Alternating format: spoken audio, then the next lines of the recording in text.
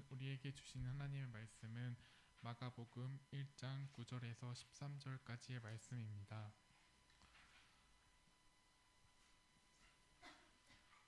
다 찾으신 줄 알고 살아계신 하나님의 말씀을 제가 봉독하도록 하겠습니다.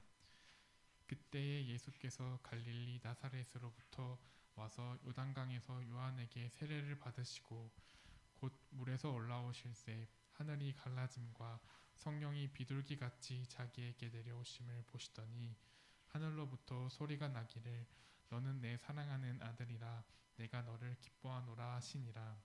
성령이 곧 예수를 광야로 몰아내신지라. 광야에서 40일을 계시면서 사탄에게 시험을 받으시며 들짐승과 함께 계시니 천사들이 수종들더라. 목사님께서 하나님의 때를 누리는 자라는 제목으로 하나님의 말씀 전해주시겠습니다. 우리 옆사람과 인사하겠습니다. 강하고 담대하십시오. 주님이 함께 하십니다. 네. 우리 양아 성도는 왜 같이 찬양 안 했대? 1여전도회인데 1여전도회는 다음에는 2부에도 한번 바꿔서 하세요. 1부에 못 나오는 1여전도회 있으니까 또 2부에도 하시고 2여전도회는 2부에 다 나오시니까 2부에 해도 되고 1부 나오기가 좀 어려워서 그러니까 우리 다시 한번 인사할까요? 강하고 담대하십시오. 주님이 함께 하십니다.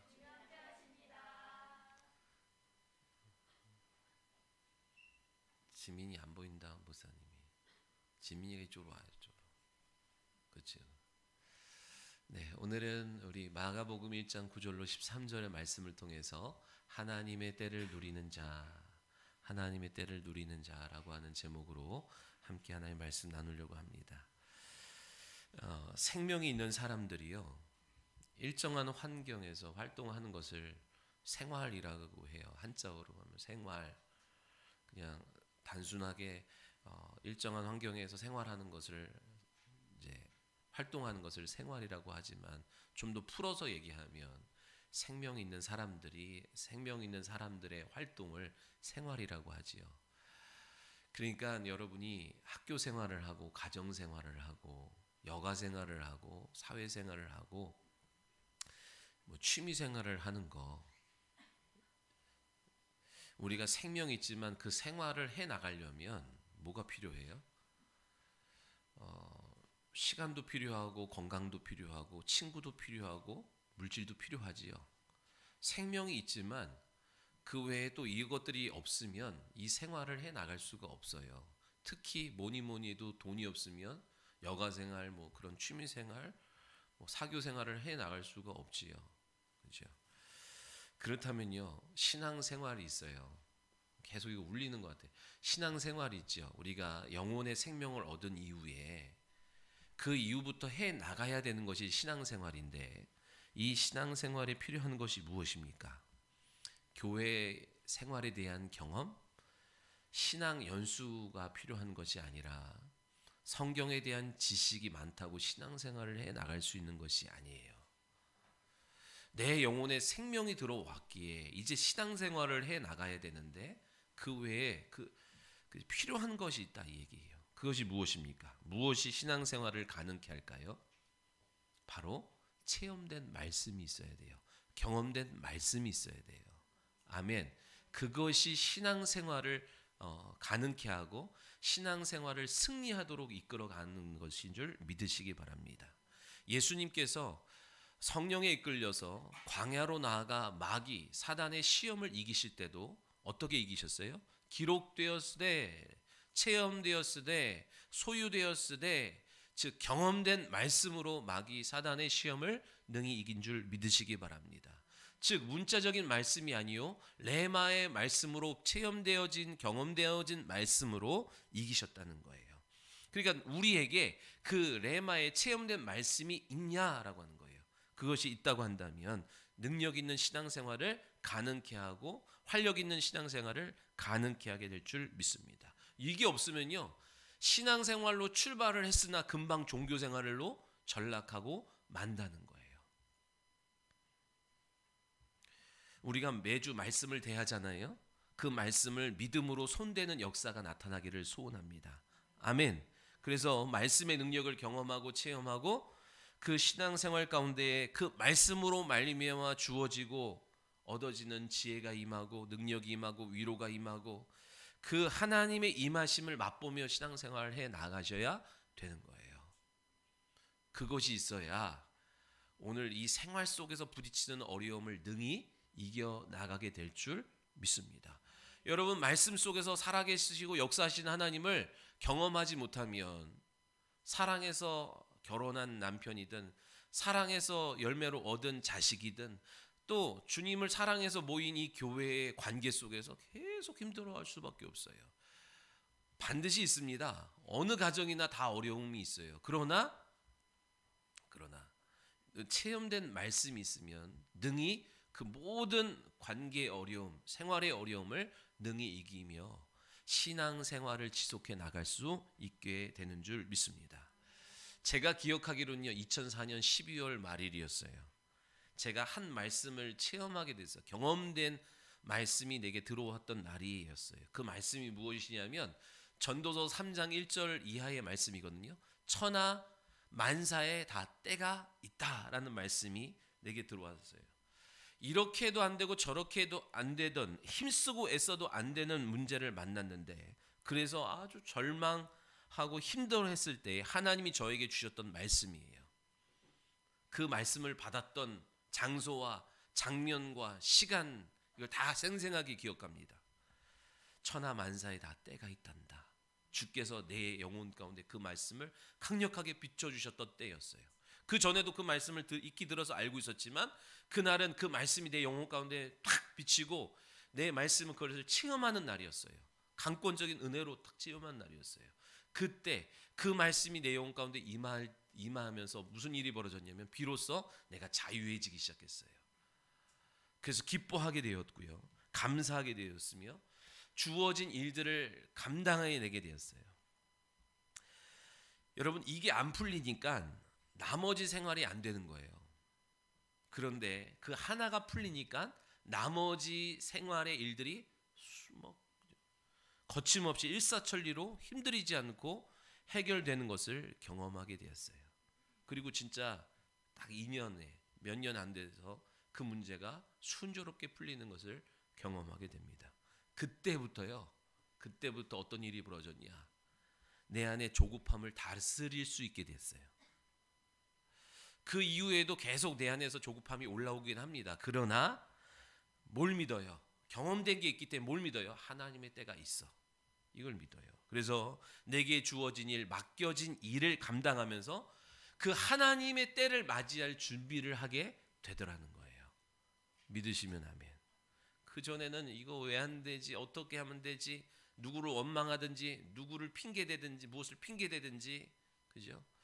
그렇게 하면서 막 아둥바둥 살았는데 그렇지 않고 하나님의 때를 믿고 그 하나님의 때를 맞이하기 위하여 오늘 내게 주어진 일에 전심전력하고 있게 되더라는 거예요. 시간에는 두 가지가 있습니다. 하나는 흘러가는 시간, 크로노스라고 하는 흘러가는 시간이 있고, 하나는 카이로스라고 하는 의미 있는 시간이 있어요. 하나님이 일하시는 때, 하나님이 손대시는 때가 있다라고 하는 거예요. 이 카이로스는 하나님이 정한 때예요. 그 때는 누구도 막지 못하는 때입니다. 하나님께서 강권적으로 일하시는 때예요. 믿으시면 아멘. 여러분, 믿으셔야 돼요. 하나님의 많은 사역이 방해받았지만, 그러나 하나님의 때 강권적으로 일하시는 그때는요, 누구도 막지 못해요. 세상 임금과 군왕과 관원들도 막지 못했던 그 하나님의 때가 저와 여러분의 삶 가운데 있게 되는 줄 믿으시기 바랍니다. 하나님의 때가 있음을 믿고 그 때를 맞이하기 위하여 준비하는 성도 되셔야 돼요. 우리 교회에도 이 카이로스 하나님의 때가 있음을 믿으시기 바랍니다. 그 하나님의 때를 맛보기 위하여, 맞이하기 위하여 믿음으로, 말씀으로 준비하는 성도가 다 되셔야 돼요. 아멘. 하나님의 때가 임하여 하나님의 때를 누리고 살아가는데도 불구하고 동시대에 같은 장소에 있으면서도 하나님의 때를 누리지 못하고 살아가는 그 불행한 인생이 되지 말아야 돼요.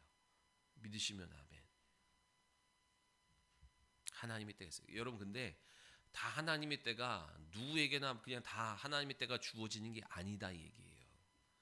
다윗에게 그 하나님의 때가 있었기에, 아브라함에게 그 하나님의 때가 있었기에 나에게도 있겠지가 아니다 이 얘기예요.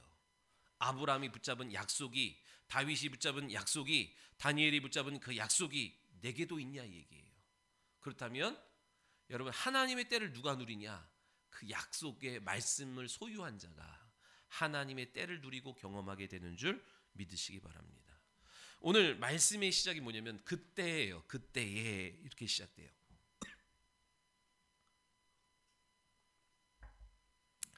복음서에 우리가 이제 마태복음을 나가는 이제 반대로 있는데 그 마태복음엔 자세히 나와 있어요. 그때라고 하는 시간 개념이 세 파트로 나누어서 나오는 것을 보게 됩니다. 볼펜 딱딱하지 않도록 하십시오.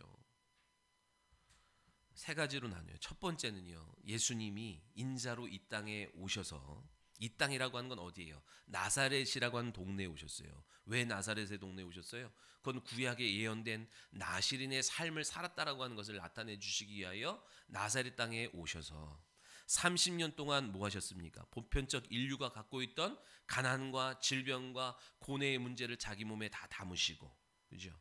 그리고 요단강에서 이제 세례 받으심으로 말미암아 요셉의 아들이요 목수의 삶을 종결하고 하나님의 아들로서의 삶을 시작하는 그때예요. 이 그때를 흘러가는 시간으로 따져본다고 하면 예수님이 30세 되던 때예요. 그럼 왜 30세일까요? 그냥 우연히 그게 마주친 게 아니라 그래요. 29살은 안 하고 딱 30에 하는 것 아니라 왜 30이에요? 제사장으로 활동할 수 있는 나이가 30대이기 때문에 예수님이 이제 30세가 되는 해에 이제 본격적으로 하나님의 아들로서의 공생의 삶을 시작합니다. 그때가 있어요. 두 번째 그때가 언제냐면 마태복음 4장 1절에 말씀합니다.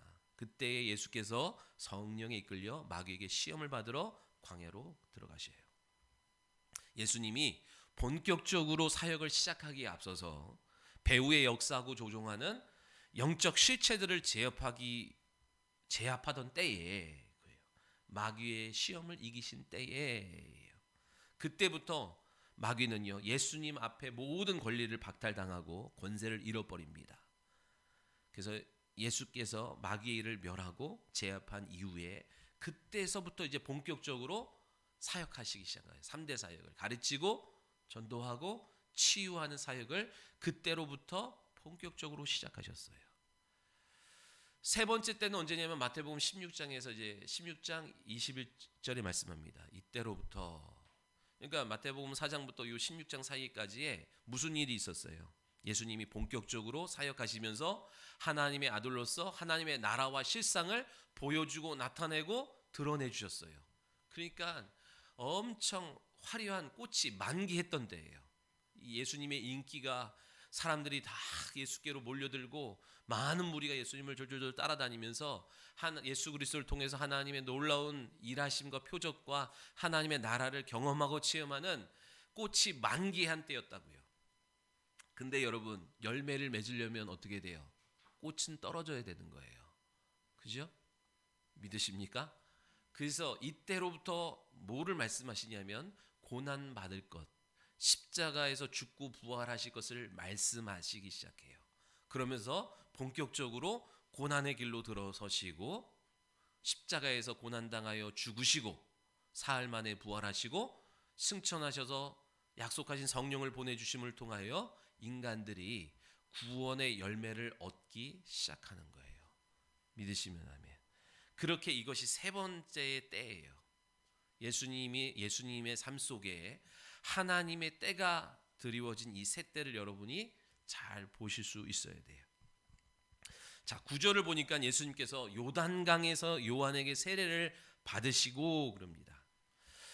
요한이 요단강에서 세례를 베풀 때에 요한은 잘 몰랐어요. 뭐를?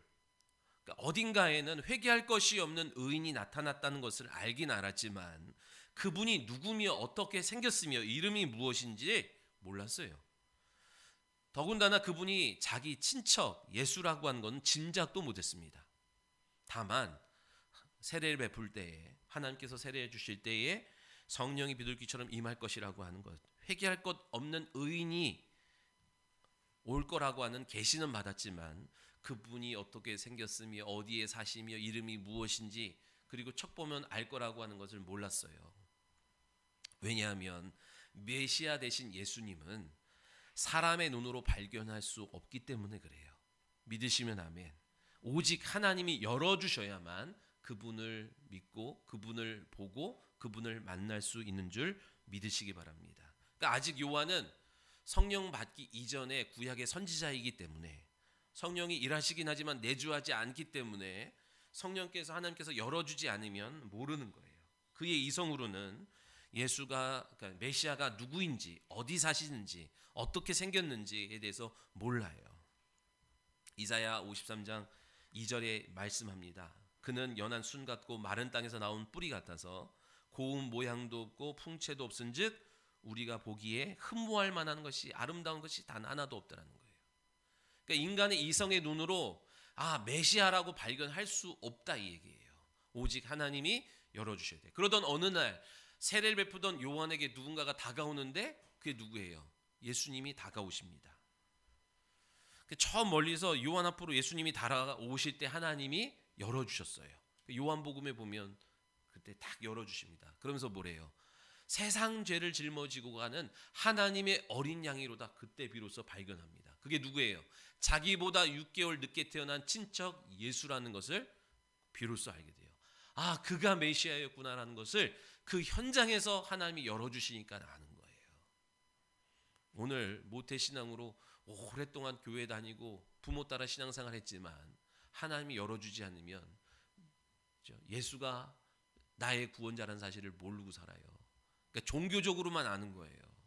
진짜 내 영혼에 그 사실이 드러나고 비춰져야 되는 줄 믿으시기 바랍니다.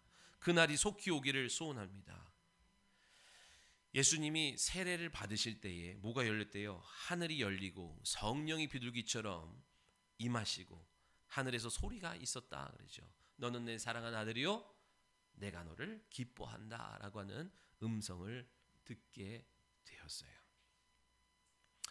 예수님이 세례 받으실 때 뭐가 열렸대요? 하늘이 열렸다 그럽니다. 하늘. 여기서 하늘이라고 하는 것은 우리 한국어 성경에서는 단수를 쓰지만 이것은 우라노스라고 하는 복수예요. 하늘은 복수. 주기도문에도 하늘에 계신 우리 아버지여, 여기서 나오는 이 하늘도 복수를, 우라노스 복수를 씁니다. 그죠? 이 하늘은 항상 복수예요. 근데 영어에서는 복수가 2개 이상일 때부터 복수를 쓰지만 헬라어에서는 3개 이상일 때부터 복수를 써요. 그래서 이 하늘은 3층 천을 말하는 거예요. 그죠? 역대하 2장 6절에 말씀합니다. 누가 능히 하나님을 위하여 성전을 건축하리요 하늘과 하늘들의 하늘이라도 주를 용납하지 못하겠거든 내가 누구이기에 어찌 능히 그를 위하여 성전을 건축할까? 나는 그 앞에 분향할 따름이라. 그 이름을 분향할 따름이라 그래요. 그러니까 하나님은 크고 광대하신 그 하나님을 성전에 담을 수 있냐? 없다는 거예요. 하늘에 하늘도 담을 수 없는 그 하나님을 어떻게 인간이 만든 성전에 그분을 모시겠냐? 근데 왜 성전을 만드냐? 그분의 이름을 분향하기 위하여, 이름을 모시기 위하여 성전을 짓는 것뿐이다 라고 하는 거예요. 고린도후서 12장에 보면 사도 바울이 셋째 하늘로 이끌려 갔다라고 하는 거예요. 그래서 사도 바울이 영성이 깊을 수밖에 없는 게 뭐예요? 그 하늘을 보고 왔기 때문에 그래요. 그래서 이 하늘을 우리가 말할 때 하늘과 하늘들의 하늘이라고 하는 이 첫 번째 하늘은 뭐예요? 1층 천, 대기권, 새가 날아다니고 그리고 비행기가 다니는 그 하늘, 무지개가 뜨는 그 하늘을 1층 천 하늘이고 스카이라 그러죠. 그리고 그 밖에 있는 하늘, 두 번째 하늘, 2층 천은 뭐예요? 코스모스라고 하는 우주예요. 해가 달이 있고 해와 달과 별이 있고 은하계가 있고 그런 우주를 말하는 거예요. 그리고 세 번째 3층 천의 하늘은 헤븐이라고 그러죠. 그것은 신들의 하늘이라고 그래서 영적 존재들이 있고 그 다음에 영적 그 천사들이 있고 예수 그리스도께서 앉으신 하늘 보좌가 있는 자리를 해분이라라고 하는 거예요. 그 하늘이 단계적으로 열렸대요. 누가? 예수님이 세례를 받으실 때, 순종하여 세례를 받으실 때 그 하늘들이 열리면서 성령이 임하셨다라고 하는 거예요. 여러분 그 열린 하늘 문을 통하여 스데반 집사님도 하늘 보좌를 그 해분을 바라보죠. 그죠? 오늘 저와 여러분이 그 하늘을 바라보면서 신앙생활 해야 됩니다. 아멘. 이제는 그 하늘이 열렸어요. 열어주세요가 아니에요. 열렸다고요. 예수님이 이 땅에서 세례를 받으시고 순종하여 세례를 받으실 때 이미 그 하늘이 열렸어요. 이제는 그래서 그 열린 문을 갖고 믿음으로 열린 문을 향하여 기도하고 나아가서 하늘의 것을 취할 수 있게 된 상태인 것을 믿으시기 바랍니다. 사람의 힘과 능력으로 열 수 없고 다가갈 수 없는 그 하늘과 하늘의 문이 예수 그리스도의 이름으로 이미 열렸기에 예수님의 이름을 갖고 나아가면 누구든지 그 하늘의 것을 취하고 하늘을 바라보고 하늘을 경험하게 될 줄 믿으시기 바랍니다. 그러니까 지금 하늘이 열리면서 이 세상 최초로 성령이 육체 가운데 임하는 시간이었어요. 오순절 성령 강림은 아니었지만 인자로 오신 예수님의 육체 가운데에 성령이 임하시는, 내주하시는 아주 장엄하고 역사적인 장면이 펼쳐지는 거예요. 오늘 우리도 열린 문으로 약속한 성령이 임하기를 소원합니다. 아멘. 여러분 왜 성령 받아야 돼요? 계속 성령 받는 것을 강조하는 이유가 뭐예요? 하나님의 때를 알고 하나님의 때를 누리려면 그냥 크로노스 흘러가는 시간 속에서 그냥 흘러가다 그렇게 살다가 그냥 그렇게 죽는 인생이 아니라 똑같이 살다가 이 세상을 육체를 벗고 떠나가야 되지만 이 세상 속에서 하나님의 때를 누리려면 성령을 받고 성령의 충만함을 힘입는 성도가 되어야 합니다. 여러분 성령 받지 않고 신앙생활을 승리해 나갈 수가 없어요. 성령 의지하지 않고 내 경험을 의지하고 내 지식을 의지하고 그죠? 사람 의지하고는 절대 신앙 생활이 되지 않습니다. 아까 서두에 말씀드렸죠. 체험된 말씀. 누가 말씀의 살아계심을 체험합니까? 누가 말씀이 육신되어 이 땅에 오신 예수님인 것을 체험하게 하십니까? 성령의 일하심이에요. 아멘. 그 말씀이 믿어지고 그 말씀이 살아나서 내 영혼에 드리워진 모든 어둠을 찔러 쪼개는 일들을 성령께서 하시는 거예요. 그러니까 믿어지고 깨달아지고 확신되어지는 일들은 성령이 해주시는 거예요. 그렇다면 여러분 성령은 어디로부터 옵니까? 예수님에게 임하신 성령은 하늘문이 열리면서 하늘로부터 임했지만 이제부터 우리에게 임하시는 성령은 증인들에 의해서 우리 가운데 임하게 되는 줄 믿으시기 바랍니다. 성령 받은 증인들이 안수할 때에 그렇죠? 증인들을 통하여 우리 가운데 임하는 거예요. 사마리아 땅에 빌립 집사님이 가서 복음을 전파했습니다. 그때에 믿는 자들이 생겨났을 때 베드로와 요한을 불러다가 그들에게 안수할 때에 사마리아 땅에 있는 교회들의 성령이 임하시는 것을 보게 돼요. 에베소 교회에 바울이 찾아가서 뭐예요? 너희 성령을 받았냐? 그럴 때 성령이라는 건 듣지도 못했어 라고 말하죠. 그래서 그 바울이 안수하고 기도할 때에 이 에베소 교회에 성령이 임하는 것을 보게 됩니다. 여러분 그 위대한 사도 바울도 누가 다메섹 도상에서 성령을 통하여 예수님의 음성을 들었지만 성령이 내주하시기 위하여 누가 일하셨어요? 누굴 통해서? 아나니아를 하나님이 직가라는 곳으로 가라. 거기에 가면 그죠? 바울인데 그에게 안수하여 기도하니 눈이 열리기 시작하는 거예요. 믿으시면 아멘. 아니 바울 정도면 그냥 돼야죠. 그게 아니에요. 반드시 증인에 의해서 성령은 일하신 줄 믿으시기 바랍니다. 그렇죠? 우리가 또 하나 이제 성령이 비둘기처럼 임하셨대요. 이게 또 하나의 이제 오해가 벌어지는 일인데 성령을 성령을 표현할 때 심벌 마크를 비둘기로 나타내는 경우들이 많은데 그러면서 이제 오해하는 거예요. 성령님을 비둘기의 어떤 형상이든 성품이든 이미지화를 하려고 하는데 그거는 잘못된 거예요. 그렇죠? 성령이 하늘로부터 임하실 때 여러분 사람들이 본 거 아니에요. 비둘기처럼 임했다라고 하는 것은 그들의 눈에 보일 때 그랬는데 여러분 성령은 무형상이에요. 비물질 무형상이라고요. 보이지 않아. 근데 보이는 건 뭐예요? 성령이 임하실 때 함께 따라오는 권능들이, 천사들이 우리의 눈에 보일 때 바람처럼 불처럼 빛으로 사람으로 어떤 형상으로 이렇게 보여지는 것 뿐이에요.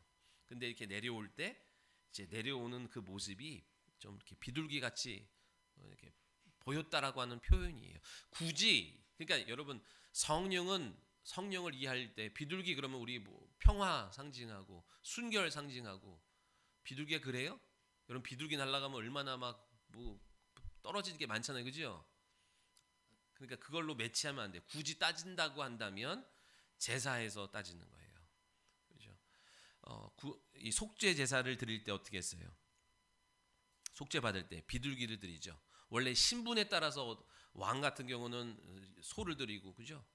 우리 대속제물 드릴 때 양, 소 이런 걸 드리는데 보통 사람들은 이제 비둘기를 드린다고요. 그죠? 매일같이 이 안식일마다 매일같이 이제 드리는 것은 비둘기예요. 그러니까 매일매일 드리는 거예요. 여러분 대속제물은 한 번 드리는 거예요. 대속제물은 한 번 드리고 우리를 대속해 주셨다, 속죄해 주셨다는 사실을 믿고 경험하는 것은 매일매일 알려면 그 뭐예요?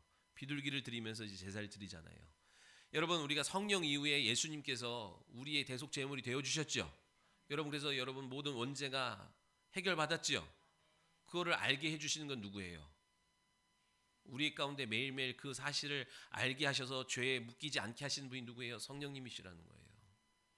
그런 의미. 성령이 오신 목적이 뭘까요? 성령이 오신 목적. 성령님은요 아버지와 아들의 관계 속에서 일하시는 분이라고 그랬어요. 그러니까 여러분이 무슨 사업하고 여러분이 뭐 할 때 성령을 끌어다가 쓰시는 게 아니라고요. 근데 우리가 준비가 되면 성령 충만하여 하나님의 일 가운데 있으면 성령님이 순간순간 그 모든 일들을 또 해 나가시도록 도와주시긴 해요. 성령의 지혜와 지식의 말씀의 은사와 지식의 말씀의 은사로 또 분별의 영으로 그 성령의 은사로 우리에게 도와주시긴 하지만 실질적으로 성령은 아버지와 아들의 관계 속에서 일하고 나타나시는 분이라고 그랬어요. 그러니까 아들이 아버지의 일에 순종함으로 나아갈 때에 성령이 임하시고 그 일을 도우시기 시작하는 거예요. 하나님의 때를 살게 하시는 거예요. 자, 하나님의 자녀된 우리가 하나님 아버지의 일을 감당해 나가려고 할 때에 성령께서 임하시며 하나님의 때를 살게 하시는 거예요. 내가 아무리 뛰어봤자 하나님의 때가 아니면 의미가 없다고요. 아멘. 성령께서 임하셔야 그 하나님의 때 비로소 우리가 일할 수 있게 되는 줄 믿으시기 바랍니다. 성령님을 보혜사라 그러잖아요. 변호자라고 하는 거예요. 성령은 진리의 영으로서 진리의 말씀을 변호해요. 진리의 영이신 예수님을 변호하는데 뭘 변호해요? 예수님은 죄가 없다. 그래서 곧 의인이다. 그래서 사망과 무덤에서 부활하게 하셨다라고 하는 것을 증거하시는 거예요. 그래서 성령이 우리에게 임하시면 그 2000년 전에 예루살렘이라고 하는 장소에서 벌어졌던 십자가와 부활의 사건을 우리에게 증거해 주시기 시작하는 거예요. 그래서 성령 받은 사람을 뭐라고 표현합니까? 증인이라고 하는 법적 용어를 우리에게 주시는 거예요. 봤어요. 여러분 근데 봤어요? 2000년 전에 예루살렘에서 있었던 일들을 봤어요? 육신의 눈으로는 못 봤지만 성령이 우리의 영혼 가운데 그것을 비추어 주시고 믿어지게 하시고 깨닫게 하시는 거예요. 아멘. 성령이 없었으면 성령 받지 못한 사람은 2000년 전에 그 자리 그 현장에 있었는데도 못 믿었지만 성령이 임하시면 2000년이라는 시간과 공간의 갭을 초월하여 믿어지고 깨달아지고 확신되어지게 하는 일들을 성령께서 우리 가운데 행하시는 줄 믿으시기 바랍니다. 성령이 오시면 우리에게 무슨 일을 하신대요? 영적인 일들을 하시는 거예요. 요한복음 16장에 성령의 일을 말씀하죠. 사도행전에서 말씀하는 성령의 일하심과 요한복음에서 말하는 성령의 일들을 여러분 둘 다 잘 아셔야 돼요. 성령이 오시면 영적인 일을 하시는데 영적인 건 이거밖에 없어요. 뭐예요? 죄에 대하여, 의에 대하여, 심판에 대하여 알게 하시겠대요. 죄에 대하여라 함은 뭐예요? 죄는 전에는 죄가 율법적인 것이 죄였고 윤리 도덕적인 것을 어긴 게 죄였는데, 그러나 성령이 임하시니까 진짜 죄가 뭔지를 알게 하신대요. 진짜 죄가 뭐예요? 여러분에게 무슨 죄가 있습니까? 우리에게 아담의 죄, 지옥 갈 죄, 원죄가 있죠. 그리고 그 원죄로 말미암아 발생하는 자범죄가 있죠. 그죠? 자범죄는 뭐예요, 여러분? 원죄로 말미암아 어디 가요? 지옥 가지요. 그러니까 원죄로 말미암아 발생하는 자범죄는 여러분 자범죄를 빨리빨리 처리 안 하면 어떤 일이 벌어져요? 비록 내가 지옥은 안 갈지 몰라도, 그죠? 이 땅에서 지옥을 경험할 수 있게 되는 거예요. 지옥의 냄새가 나고, 그죠? 지옥을 경험해 가는 거예요. 여러분, 우리가 아직 하나님의 나라를 가지 않았지만 성령이 우리 안에 임하시면 어떤 일이 벌어집니까? 그 하나님의 나라, 가게 될 그 나라를 이 땅에서 경험하게 하신다 그랬죠? 똑같아요. 원죄로 말미암아 발생된 자범죄는요, 이 땅에서 그 고통을, 지옥의 냄새를 경험하게 만드는 거예요. 그러니까 여러분, 우리가 자범죄를 짓잖아요. 그 부지런히 자범죄를 해결하는 일들이 우리 안에 있어야 되는 거예요. 그러니까 성령이 오시면요, 아담의 죄, 원죄를 예수님께서 십자가에 다 해결하셨죠. 그리고 자범죄는요, 채찍에 맞으심으로 다 해결하셨어요. 믿으시면 아멘. 모든 인류에게 있는 원죄와 아직 짓지도 않은 자범죄까지 다 주님이 다 해결하셨다는 거예요. 그죠? 그거를 성령께서 알게 하신대요. 그러니까 이제부터는 죄가 뭐예요? 예수님께서 이루어 놓으신 공로를 믿지 않는 게 죄다, 이 얘기예요. 아멘. 죄에 대하여라 함은 저희가 나를 믿지 않는 것이요, 그런 거예요. 뭘 믿지 않는다는 거예요? 예수 그리스도께서 이 땅에 오셔서 원죄와 자범죄를 다 해결하셨다는 사실을, 그분의 공로와 그분이 이루어 놓으신 것을 믿지 않는 것이 죄예요. 그래서 이제부터는 누가 지옥 가는 거예요? 그분이 이루어 놓으신 그 공로를 믿지 않는 자가 지옥 가는 거고, 이 땅에서 고통당하는 거예요. 의에 대하여라 함은 뭐예요? 의인은 없나니 하나도 없대죠. 의에 대하여라 하면 내가 아버지께로 간다 그러죠. 그러니까 이 땅에 의인이 없대요. 우리가 자꾸 사람 의지하고 믿고 사람 의지하려고 그래요. 근데 의인은 없답니다. 여러분을 의의 길, 진리의 길, 생명의 길로 인도할 사람은 단 한 사람도 없어요. 여러분 부모도 아니요, 여러분 선생님도 아니고 목사도 아니에요.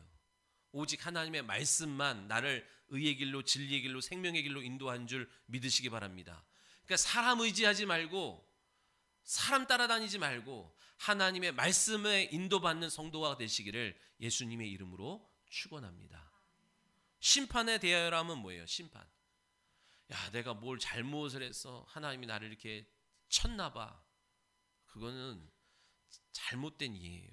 잘못된 이해. 하나님은 여러분을 심판하는 게 아니다, 이 얘기예요. 세상 임금 원수 마귀를 이미 심판을 하신 거죠. 여러분, 하나님은 여러분 육체도 심판하지 않아요. 여러분 영혼도, 예수 그리스도 안에 들어온 사람들은 심판받는 거 아닙니다. 누가 심판받는 거예요? 세상 임금 심판하러 오셨어요. 그리고 이미 심판하셨어요. 그죠? 마귀를 심판하셨다고요. 선고가 떨어졌어. 사형, 지옥 형벌 떨어졌다고요. 이제 아직 집행만 안 한 거지. 여러분의 믿지 않는 부모, 형제, 자매, 친구, 이웃들도요, 믿지 않으면 이미 심판이 떨어졌어요. 그죠? 근데 아직 집행만 남았기 때문에 우리 뭐라고 해야 되는 거예요? 너 그 자리에 있으면 세상 임금이 가게 될 지옥에 너도 가게 되니까 빨리 여기로 넘어와. 여러분, 그래서요, 성령과 성령 받은 증인들이 없으면 절대로 몰라요. 그 사실을 몰라요. 그죠? 그래서 이 사실을 알 수도 없고 살려고 움직이는 자가 없어요. 사랑하는 성도 여러분, 저와 여러분이 가서 빨리 그 심판에 대한 이야기를 해야 돼요. 그러니까 여러분이 심판받는 거 아니다 얘기예요. 뭐만 좀 하면 이래서 그런가 보다, 저래서 그런가 보다. 두려움으로 신앙생활 하는 거 아닙니다. 아멘? 진짜 저주는 심판은 뭐라 그랬어요?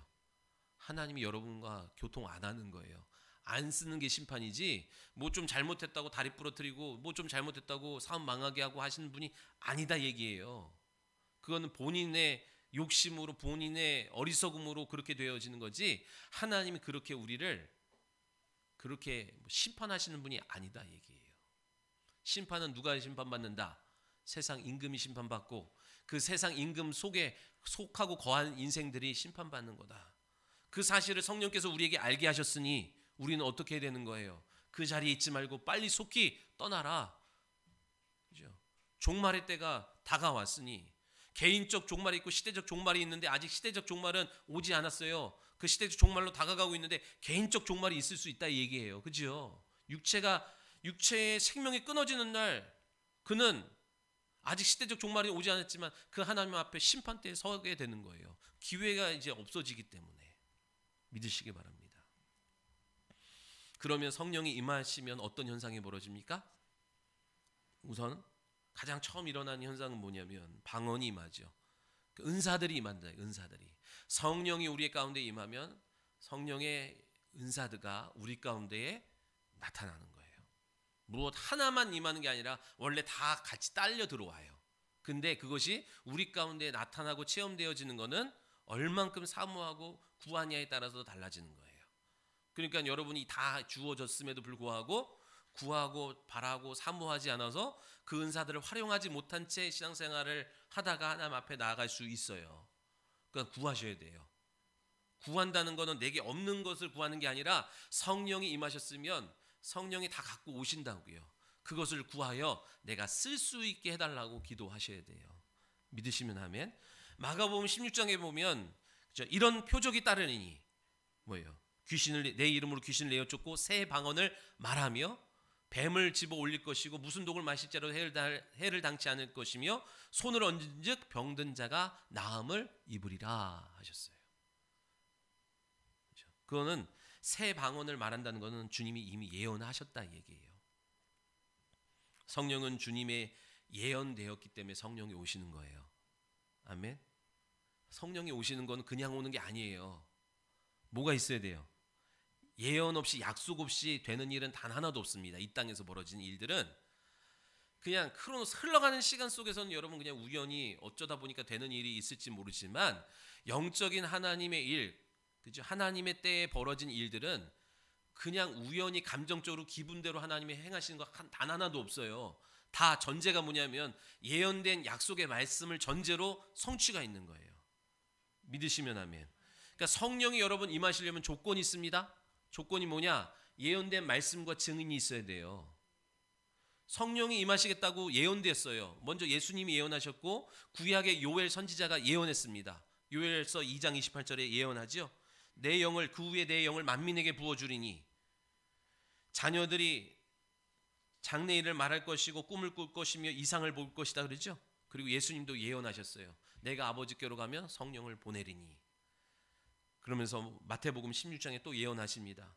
여기 서 있는 사람들 중에 죽기 전에 인자가 왕권을 갖고 하나님 나라를 갖고 오는 것을 볼 자가 있다. 이건 종말을 말하는 게 아니라 성령 강림을 말하는 거예요. 아멘. 그러니까 여러분 예언과 성취예요. 예언과 성취. 약속이 있고 그 약속이 반드시 성취되는 거예요. 성령 받으려면 예언된 약속이 있어야 돼요. 이미 예언됐죠? 여러분은 이제 그 약속을 믿고 받으면 되는 거예요. 성령을 보내주시겠다고 약속하셨어. 이미 예언됐다고요. 그러니까 여러분은 그 약속을 믿고 받으면 되는데 어떻게 받아요? 어떻게 받아요? 증인들에 의해서 받는 거예요. 개인에게 성령이 임하려면 증인에게 증인된 공동체 안에서 받게 되는 거예요. 증인을 통하여 안수하고 기도하고 말씀을 듣는 가운데에 성령이 임하신 줄 믿으시기 바랍니다. 반드시 항상 증인을 통해서 공동체 안에서 증인을 통하여 임하신다는 것을 기억하시기 바라요. 그러니까 여러분 성령 받고 성령 충만함을 받으려면 자꾸 예배의 자리로 모여야 돼요. 그러니까 모이기를 피하는 자의 말을 듣지 말고 모이기를 힘써야 됩니다. 힘써야 됩니다. 이런 말을 오늘 이 시대에 하면은 그죠? 교회마다 다 달라요 반응이. 여러분 모이기를 패하는 어떤 자들의 말을 듣지 말고 모이기를 힘써야 돼요. 그러면 요즘에 신문에 봤더니 50 마스크를 써도 오미크론을 피할 수 없대요. 그래서 못 모인대요. 그죠? 그렇게 두려우면요, 그거 이길 힘 달라고 여러분 구하면서 신앙생활 해야 돼요. 생사화복을 주관하시는 것이 누구다? 하나님이란 사실을 여러분 영혼이 체험되어야 능히 이겨요. 저희 아버지가 기도할 때마다, 요즘은 좀 안 그러신 것 같은데 예전에 진짜 오랜 시간 동안에 기도하실 때 앞에 서두에 항상 뭐라고 말씀하시냐면 생사화복을 주관하신 하나님, 내가 맨날 들었어. 근데 어느 날 그 단어, 그 고백이 내 영혼 가운데 믿음으로 확 들어왔어요. 그래, 하나님이 생사화복을 주관하시지. 어떻게 주관하십니까? 신명기에 말씀하시죠. 내가 네 앞에 생명과 사망과 복과 저주를 놓았으니 너는 믿음으로 너와 네 자녀를 위하여 택하라 그랬어요. 믿음으로 택하는 거예요. 여러분, 생명은 집에 들어간다고 숨어 있는다고 생명을 얻는 게 아닙니다. 생명은 생명의 주관자 되시는, 생명의 주인 되신 하나님께로 나아가야 생명을 얻는 거예요. 복도 복 주시는 복의 근원 되신 하나님 앞으로 나아가야, 하나님을 의지해야 복을 얻는 거예요. 믿으시면 아멘. 믿으시기 바랍니다. 그러면 여러분, 성령 받았는데도 불구하고, 비실비실을 대고 성령 받았는데도 불구하고 헤매는 이유가 뭐예요? 왜 그래요? 진리의 말씀이 없어서 그래요. 부지런히 진리의 말씀을 읽고 듣고 묵상하고 상고하는 일들이 없으면 성령을 받았음에도 불구하고 제한된, 그죠? 신앙생활을 하게 되어 있어요. 성령은요, 율법의 말씀으로는 일하지 않습니다. 율법은 뭐 하는 거? 정죄하는 거잖아요. 그죠? 그러니까 정죄하지 않는 진리, 진리는 정죄하지 않아요. 그러니까 율법의 말씀, 율법의 목적, 율법의 말씀 갖고는 성령이 일하실 수가 없어요. 아멘. 그러니까 여러분이 말씀을 부지런히, 이제 성령을 받기를 원하시고 성령 받았으면 부지런히 말씀을 읽고 듣고 묵상하고 해야 돼요. 아멘. 그러면서 진리의 말씀으로 체험된 말씀으로 해야 돼요. 여러분, 율법이 체험되어 버리면 큰일 나는 거예요. 율법이 체험되면 그거 뽑아내려면은, 율법이 체험된 사람들이 바리새인들이라 이 얘기예요. 사두개인이고 서기관들이에요. 그 율법이 체험돼 버리니까 그게 견고한 진이 되어서 진리 되신 예수님을 눈앞에 코앞에 두고서도 그분을 영접하지 못하는 어려움을 맛보게 되는 거예요. 그죠? 성령님은 진리의 레일 위에서만 말씀하시고 일하시는 거예요. 성령은 무한대로 제한 없이 그러니까 제한 없이 일하시는 분이 아니라 제한이 있어요. 뭘? 내 안에 진리의 말씀이 얼만큼 풍성하냐에 따라서, 그죠? 그 종이 준비되냐에 따라서 성령이 일하시는 거예요. 기억하시기 바랍니다. 그러니까 여러분은 지금 성경 통독 부지런히 하고 계시죠? 어렵지만 그 말씀을 그냥 지금은 통독하는 거지만 그 말씀을 읽으라는 말씀 자체에 순종하고 지금 나가는 거잖아요. 그죠? 여러분이 성경을 읽는데 목사님 이거 대체 무슨 말인지 모르겠어요. 그럴 수 있어요. 근데 여러분이 먼저 그 전제로 뭐 하고 있는 거예요? 말씀을 가까이 하라고 하는 말씀에 순종하면서 지금 달려가는 거죠. 그 일 속에서 주께서 새 일을 행하시는 거예요. 믿으시기 바랍니다. 하나님의 때를 누리는 자 누굽니까? 누가 하나님의 때를 누려요? 여러분, 해 아래 이 땅에 속해 있으면 흘러가는 시간 크로노스는 누릴지 몰라도 카이로스, 하나님의 때, 강권적으로 일하시는 하나님의 때는 못 누려요. 다 누려도, 옆 사람이 누려도, 요한이가 누려도 누나는 못 누릴 수 있어요. 같이 살을 맞대고 사는데 누구는 누리는데 누구는 못 누린다니까요. 그러니까 누구는 천국인데 누구는 지옥 같은 삶을 사는 거예요. 누구는 기쁜데 누구는 자유한데 누구는 얽매이고 두렵고 불안하게 사는 거예요. 이거 놀라운 겁니다. 임강무 집사님이랑 조영아 집사님이 같이 그때를 누려야죠. 진짜 복은요, 같이 누리는 거예요. 가족이 같이 누리는 거, 부부가 같이 누리는 거예요. 근데 그게 내 힘으로 안 되죠. 그래서 애통해야 되는 거예요. 그래서 주님 바라봐야 되는 거예요. 그러면 때가 옵니다. 약속을 붙든 거니까 때가 와요. 믿으시면 아멘. 예수님의 삶에 나타난 카이로스, 예수님의 삶에 나타난 하나님의 때, 공통적인 전제가 뭐냐? 지금 이거 설명하려면 또 길어지어서 제가 그냥 확 줄여서 얘기하는 거예요. 예수님의 공생의 삶 속에 하나님이 임하셨던 카이로스 때가 있는데 공통적인 전제는 순종이에요. 순종이에요. 순종하여 세례를 받으시고, 요한이 제가 세례를 받아야 되는데 어떻게 아니라고, 세례하라고. 왜? 약속되어 있으니까. 세례를 받으시고 순종하여 또 뭐예요? 성령에 이끌리셔서 사역하시기 시작하시고, 그렇죠? 그리고 순종하여 십자가의 사명 감당하시는 거예요. 우리도 마찬가지입니다. 누가 하나님의 때를 누려요? 순종하여 그 이름을 영접한 자가, 그래서 하나님 자녀 된 자가 하나님의 때를 누리고, 그 때를 더 디테일하게 누린 자가 누구예요? 성령의 인도받는 자가 하나님의 때를 누리며 살아가게 되고, 아멘. 순종하여 주님이 가신 그 길을, 사명의 길을 걸어가는 자가 하나님의 때를 누려요. 하나님의 시간은 언제라 그랬어요? 8일째의 삶이라 그랬죠? 첫째 날부터 6일째는 육체를 위하여 주신 날이고, 7일째는 내 영혼을 위하여 주신 날이고, 8일째는 하나님의 시간이라고요. 내 영혼과 다른 영혼을 위하여 내 영혼의 복이 되는 날이에요. 믿으시면 아멘. 그의 심령 속에 성령께서 너는 내 사랑하는 아들이요 내가 기뻐한다고 하는 음성을 듣게 하셨어요. 여러분도 그 음성 듣고 일하셔야 될 줄 믿습니다. 하나님의 때를 누리는 자, 하나님의 때를 누리는 이 한 주가 다 되시기를 예수님의 이름으로 축원합니다. 기도하겠습니다. 살아계신 하나님 아버지 감사합니다. 오늘도 2022년 2월 6일 이 날을 우리가 살아가고 있지만 이 날 속에 하나님의 때가 임하기를 소원합니다. 우리의 힘으로 능으로 되어지지 않는 이 모든 일들이 하나님의 강권적인 일하심으로 말미암아 해결하지 못하던 문제들이 해결되게 하시고, 하나님의 역사를 보고 체험하는 귀한 때를 누리는 복 있는 성도 되게 하여 주시옵소서.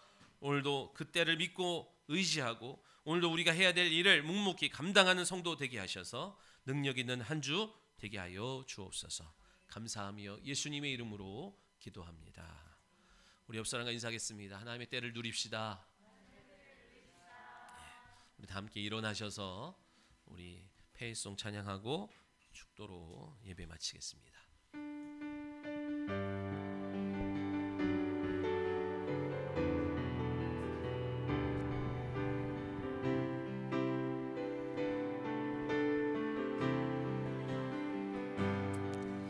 내는 주의 영광을 보내 우리 가운데 계신 주님,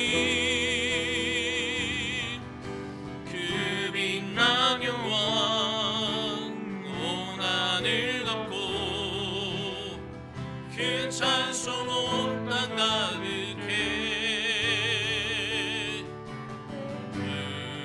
주의 영광을 보내 찬송 가운데 서신 주님의 얼굴을 온 세상 향하네 권능의 발을 드셨네 주의 영광 이곳에 가득해 우리 손에 주의 영광 함께 찬양하며 우리는 전진하리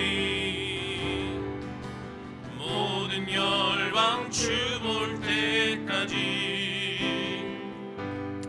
주님, 우리를 주의 빛의 자녀로 삼아 주시니 감사합니다. 오늘도 믿음으로 나아가 주의 영광을 보길 원하고 그 영광 가운데 많은 열방이 우리를 통하여 일하시는 하나님을 보고 나아오기를 소원합니다. 이번 한 주도 하나님의 때를 누리는 자가 되기를 원하는 당신의 사랑하는 성도들 주님 붙잡아 주셔서 성령의 일하심을 경험하게 하시고 성령의 순종함으로 하나님의 때를 누리고 나타내는 복 있는 인생 삼아 주옵소서. 이제는 우리 주 예수 그리스도의 은혜와 하나님 아버지의 크고 놀라우신 사랑하심과 성령님의 내주교통 충만하심이 하나님의 때를 누리고 살아가기를 소원하고 결단하는 사랑하는 성도들 머리 위에, 저들의 가정과 자녀와 일터 위에, 그리고 주님이 세우신 이 교회 위에 이제로부터 영원토록 함께 하시기를 간절히 축원하옵나이다. 아멘.